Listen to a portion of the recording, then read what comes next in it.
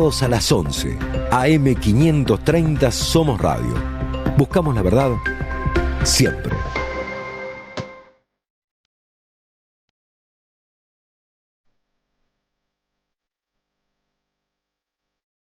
Aquí estamos, sí, en Te Aviso con Tiempo, el programa de los trabajadores y trabajadoras de Tiempo Argentino, con Celeste del Bianco, con Jimena Fuertes. Mi nombre es Sebastián Feijó y ya tenemos la primera telefónica de la jornada, que es ni más ni menos que Claudio Lozano, economista, coordinador del Instituto de Pensamiento y Políticas Públicas, referente de Unidad Popular y demás. Tiene un currículum importante, muy importante. Claudio, ¿qué tal? Claudio, buenos días, ¿cómo estás? ¿Qué tal? Buen día, ¿cómo les va? Un gusto saludarlos. Igualmente. La verdad que estamos preocupados por el tema desde hace rato, ¿no? Desde que empezó con el gobierno de Macri en este último periodo, con el tema de la deuda externa, y ahora este nuevo capítulo de Milei, que quiere saltear al Congreso y mediante un DNU adscribir un nuevo préstamo con el fondo cuyas características no conocemos. Sí, la verdad que no hay ninguna novedad. Estamos con un tema que nos viene acompañando hace rato. El fenómeno de la deuda, lamentablemente, es un fenómeno que la democracia argentina no supo encarar. Es una deuda ilegítima en su origen, con vicios de ilegalidad en la casi totalidad de sus renegociaciones, y acá en particular estamos hablando de un crédito con el fondo que comienza sobre la base de un crédito tomado por Macri de manera absolutamente ilegal y sin autorización parlamentaria, sin facultades para tomar ese crédito, y que además se tomó en el marco de una violación permanente de los estatutos del fondo, en lo que hace a la relación con los estados, un endeudamiento que estaba totalmente viciado de legalidad, que lamentablemente no fue cuestionado por el gobierno del Frente de Todos, y que hoy este mismo crédito se vuelve a refinanciar en el marco de una ampliación del mismo, que implica un incremento de la deuda con el organismo y que supone, por lo tanto, mayores exigencias de ajuste fiscal, consecuentemente mayor profundización de lo que han sido las estrategias de motosierra que ha llevado adelante el gobierno actual, aumento del endeudamiento, más ajuste y consecuentemente mayor interferencia de las políticas sobre la política económica por parte del organismo, en el marco seguramente de algún tipo de acuerdo, donde verán de qué manera le permiten al gobierno mantener el dólar tal cual lo viene manejando hasta aquí, para posponer el salto cambiario para después de las elecciones. Creo que eso es lo que en todo caso viene discutiendo el gobierno, que en todo caso no es más que una situación que profundiza los problemas productivos de la Argentina durante el curso del año 2025 para plantearnos luego de las elecciones un nuevo sablazo de los ingresos del conjunto de la población. Así que en ese marco, además, con una nueva ilegalidad en la renegociación, que implica que esto se presenta como un decreto de necesidad y urgencia, en donde el Congreso obviamente no va a tener ni arte ni parte en la discusión de nada, y que solo tiene la opción de rechazarlo. Esperemos que tal cosa ocurra. Obviamente hasta el momento la composición parlamentaria actual no ha podido rechazar ningún decreto de necesidad y urgencia desde que asumió Milei. Ojalá en este caso cambiara, sería deseable que así fuese. Habría que tratar de que en el marco del escándalo de la criptolibra, en el marco de un presidente sospechado de estafa, con la evidencia de tener que avanzar con un juicio político, en lugar de esto no solo no se avanza en esa dirección, sino que además se le avala por decreto llevar adelante un acuerdo que no hace más que incrementar en 10.000, 15.000, no sé cuánto será lo que se termine tomando, para seguir perpetuando el cáncer que tiene la Argentina sobre su cabeza, que es el del endeudamiento. Sí, y estamos además en plena bicicleta financiera, ¿no? Que hace que se supone que entraron dólares para pasar a pesos, pero en algún momento van a volver a dólares. Y esto quizás asegura una nueva fuga, que fue lo que vimos con Macri. En realidad, lo grave del caso es que tenemos a los mismos protagonistas, Sí, sí. porque es Caputo el que está hablando de esto, es el que hizo posible que se patinara el dinero del fondo que ingresó a partir del 2018 para permitir la salida de aquellos inversores que estaban en pesos, que habían realizado rentas financieras suculentas en el carry trade de la etapa macrista, y que usaron los dólares del fondo para transformar esa renta en pesos en renta en dólares. Hoy también hay un montón de inversores que vienen haciendo el carry trade y que indudablemente se necesitan dólares para que salga. Consecuentemente, un destino plausible de los fondos que el fondo ponga es exactamente hacer factible que estos señores puedan completar el círculo y transformar lo que han sido inversiones muy rentables en pesos durante este tiempo en la Argentina en rentas en dólares para poder efectivamente completar el ciclo de acumulación financiera que llevaron adelante. Claudio, ¿qué tal? Celeste del Bianco te saluda y te quería consultar por el pedido de juicio político que hicieron esta semana frente al Congreso, algunos gremios, organizaciones sociales y en el que también participaste. Sí, en realidad nosotros venimos planteando el juicio político desde abril del año pasado. Ahí hicimos la primera presentación junto con Alicia Castro, Eduardo Barcesat, Carlos Rosansky, Jorge Elbaum, Cachorro Godoy, María Eva Cousoviti y muchos otros más. Presentamos algo que para nosotros es evidente, que desde un comienzo, y obviamente cada vez de manera más manifiesta, este gobierno gobierna por fuera de la ley y por fuera de la Constitución. Sistemáticamente violenta la Constitución Nacional. Es más, ha llevado adelante un decreto, que es el decreto 7023, que ha reformado la Constitución de hecho. En ese marco en ese marco hay un montón de causas de juicio político.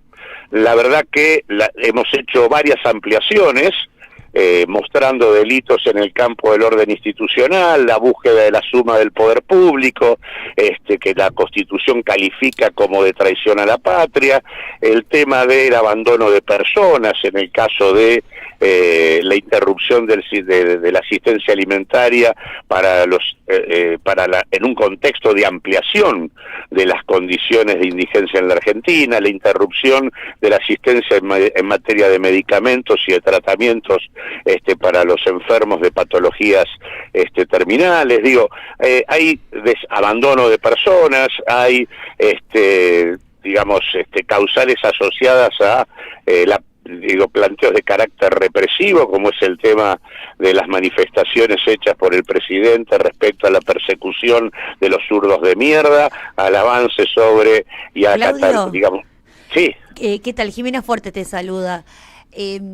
Y quería aprovechar tu expertise y tu acción política durante el gobierno pasado de cuestionar, fuiste uno de los dirigentes que cuestionó el acuerdo que había hecho Guzmán.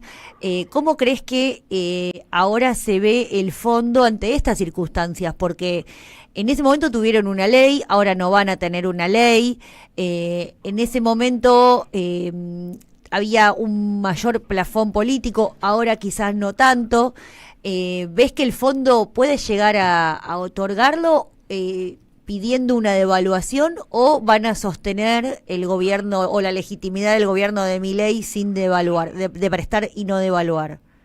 Mirá, si lo sostuvieran estarían reeditando lo mismo que hicieron la vez pasada, a pesar de que al interior mismo del organismo el propio fondo llevó adelante una investigación que implicó dejar afuera parte del staff técnico que había participado del proceso de negociación, Pero lo que Sí. está claro es que el fondo no es un órgano técnico, es también una herramienta política, Claro.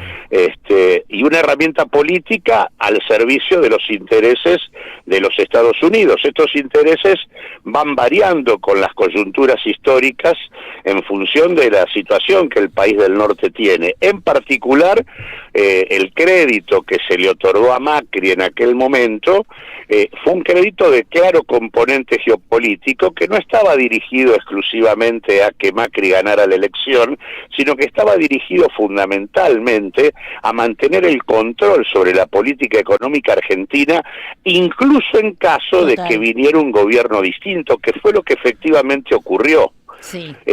Y por eso, en realidad, se entregó un crédito absolutamente impagable para la Argentina, violando el estatuto y los límites de crédito que la Argentina podría recibir, y estableciendo vencimientos que obligaban al gobierno que llegara a una negociación con el fondo que, como se dio, terminó de manera lamentable, y con el gobierno del Frente de Todos validando la estafa de Macri. Lo que me parece que pasa acá es lo mismo. Acá lo que está de fondo es sostener el control sobre el proceso político y económico de la Argentina. Habrá que ver cuánto le mantienen o no la soga a Milei, pero lo central es que la Argentina siga teniendo una situación en materia de deuda con el fondo absolutamente impagable, y consecuentemente teniendo que renegociar permanentemente con el organismo. Y que pierda su soberanía económica, ¿no? Claro, que básicamente el tema de fondo con el fondo es que no solo discutís el pago, discutís tu política con el fondo. Claro. Y consecuentemente lo que me parece que hay que decir acá es que lo que se agrega acá es una nueva ilegalidad a la ilegalidad de origen que tenía el crédito que se tomó en la etapa de Macri. Por lo tanto, cualquier gobierno popular que pueda en algún momento asumir la posibilidad de los destinos de la Argentina, lo que tiene es que plantear con claridad que se cancelan las discusiones con el fondo hasta que el fondo reconozca su corresponsabilidad en este tema. No se puede discutir en estos términos el endeudamiento con el fondo, es un endeudamiento ilegal, en donde el fondo es parte del problema y no de la solución, y consecuentemente me parece que ese es el modo en que debiera pararse la oposición política en el Parlamento Nacional para rechazar de plano el tema de un decreto de esta naturaleza. Es una ilegalidad sobre la ilegalidad de origen del crédito tomado con el fondo. Me interesa eso que decís de corresponsabilidad, porque Argentina, el Estado argentino tiene el 60% del pasivo del fondo, o sea, somos los deudores del 60% de la capacidad de préstamo del fondo, y tenemos el crédito más grande de la historia, no de Argentina, sino de la historia del fondo. Entonces, Argentina no puede pasar a ser una caja validadora, institucionalizadora de los créditos que da el fondo, pero que pasan por la Argentina y que después terminan en los fondos de inversión, porque no es que quedan acá en Argentina, que se aproveche el financiamiento. No, por supuesto. Quedan fugados afuera en los fondos de inversión. Claro, vos tuviste 100.000 millones de dólares de deuda pública en la etapa Macri de crecimiento, con 86.000 millones de dólares de fuga, pero si tomás el periodo de ingreso del dinero del fondo, ingresaron 44.900 millones de dólares y se fueron otros 44.900. Se fue todo lo que entró, porque había inversores en pesos que tenían que salir. Esto efectivamente es lo que ocurrió, pero lo importante es entender que nosotros tenemos ese crédito que representa más de la mitad de la capacidad financiera o crediticia del Fondo Monetario Internacional, porque el fondo prestó violando su estatuto, porque Argentina no podía recibir nunca un crédito de esa naturaleza. Sí. Los países tienen topeado los créditos que pueden recibir en función de la cuota que aportan al fondo. Argentina nunca podría haber recibido un crédito superior a los 22 mil millones de dólares. Sin embargo, le dieron 57.000, de los que entraron solo 45.000 millones acá al país, porque luego terminó la historia del gobierno de Macri. De hecho, yo creo que en parte los 10.000 millones o 12.000 que le van a dar ahora, seguramente al gobierno, tienen que ver con la parte del crédito anterior que se le concedió a la Argentina y que no se le entregó. ¿Y vos creés que le van a dar sin devaluar o le van a pedir que devalúe para que se lo den? Ese es el gran... Ahí te pregunto como economista. Mirá, yo creo que el gobierno tiene asociada la posibilidad de su legitimidad política o de tener alguna posibilidad de discutir en condiciones electorales con alguna mayor posibilidad en las elecciones del 25 sobre la base de mantener la ficción del dólar barato. Digo, ficción del dólar barato que implica desinflación en pesos con inflación en dólares. Esto me parece bueno destacarlo. Argentina tiene menos inflación en pesos, pero tiene inflación en dólares. Claro. Que esto es de lo que no se habla. Tener inflación en dólares tiene sus problemas, porque lo que genera es el desequilibrio en materia del sector externo, implica necesitar de endeudarse para cubrir el bache en divisas, implica destruir el tejido productivo e implica precarizar las condiciones de empleo y consecuentemente la expansión sistemática del deterioro social y la pobreza. Así que en este sentido la ficción del dólar barato tiene como contrapartida inflación en dólares que desacomoda todo el conjunto del funcionamiento de la economía. La verdad es que está claro que el fondo no ha prestado hasta acá nunca sin vincularlo con una devaluación o corrección cambiaria. Claramente, si esto no ocurre, es porque allí está la mano política, la intervención de los Estados Unidos, del mismo modo que ocurrió en la etapa de Macri, para sostener políticamente la gestión actual. Eso es lo que en todo caso se puede decir. Me parece que está muy claro que el gobierno no estaría aceptando una corrección cambiaria. Lo que puede en todo caso aceptar, me parece, es algún tipo de, pero ni siquiera cualquier cosa que implique alguna, digamos, aceleración del crawling peg tendría un impacto inmediato en precios que no colocaría al gobierno, un gobierno que aparte está muy golpeado porque después de la criptolibra, el gobierno se ha pegado semejante tiro en el pie, que ciertamente su relación con la sociedad y con los mercados está en el peor de los momentos, ¿no? Por eso hay que ver quién gana en esa publicidad, si el FMI o Argentina. Y yo siempre lo vi ganar el FMI hasta ahora. Sí, pero bueno, el FMI, vuelvo a decirlo, es una herramienta política. La discusión es en qué medida los Estados Unidos quieren sostener a Milei. Pueden sostener. Me parece que eso es lo que está puesto en el escenario como discusión. Muy bien. Bueno, Claudio, muchísimas gracias por la comunicación. Le mandamos un abrazo grande. Igualmente, gracias por llamar. Fue Claudio Lozano, economista y coordinador del Instituto de Pensamiento y Políticas Públicas.